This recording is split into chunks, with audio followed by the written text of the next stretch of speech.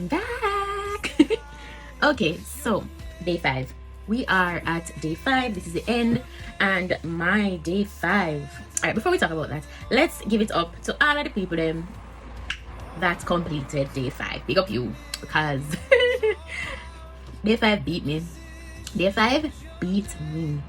And it wasn't even a matter of not remembering or not wanting to or anything like that. I showed up for day 5, but I never show up with my chest, you know. I showed up, I spoke to Bestie at intervals throughout the day, and I made sure I checked in and all of that. But did I spend intentional time? No. And I think I fell off at that point. However, I kind of had some intentional time the following day. So this is today. No, day 6. Day 6. It's not really day 6 because we're not going that many days, but I never do day 5 properly, so I'm gonna rally back and come back on day 6, which is no. As I said before in day 4's video, I think that we should not give up just because we missed a day or we feel like we didn't do as well on a day, because that is generally how communication between friends goes. You're not gonna talk every day. Me is not a girl. Nobody can say they talk to me every day. The only person that could say they spoke to me every single day, her phone or not like that, I'm my mother, and she's no longer here. The only people I talk to now every day are the people that live in my house. I don't talk to anybody every day, so I'm not going to count it as a loss.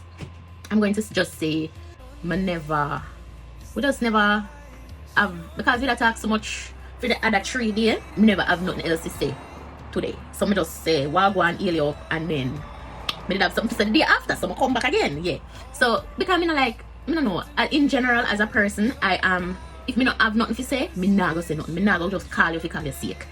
Me have to have something to say. So I think that we should press on and not let the enemy give us the idea or the thought that we are not with God because we're not doing 9 years 24/7. Mind you, what I am not saying you're not supposed to keep the communication lines open with your creator. I am not saying you should neglect praying and reading your word. Man, I say that. But there are days where you just really not have nothing to say to Bestie, and you have to just come back again and you have something to say.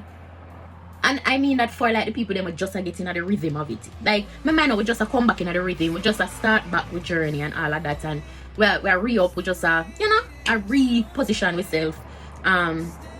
So it not gonna happen overnight. That line then not gonna just happen so overnight. So it's going to take building again, and we're gonna come and we're gonna check in every day, and we're gonna add on one little piece, until it's a whole again. You understand? So don't beat yourself up if you haven't like dump on your rubber bush every day. But do not neglect talking to God. Do not neglect reading your word. So for me, what this challenge did, as an overview, what this challenge did for me, it reminded me that I am here for a purpose, but still I try to find the purpose. At one point in my life, I thought I knew the purpose. I knew my purpose. I knew why I was here, and I was walking in it.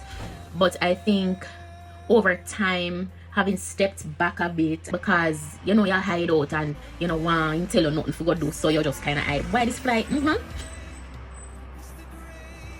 Me no want him to tell me for go do nothing, so me just kind of like la la la la la la.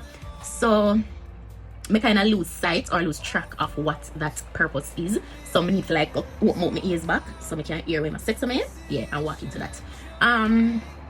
So this journey has taught me that I need to go reposition myself and just not to take even the small steps for granted.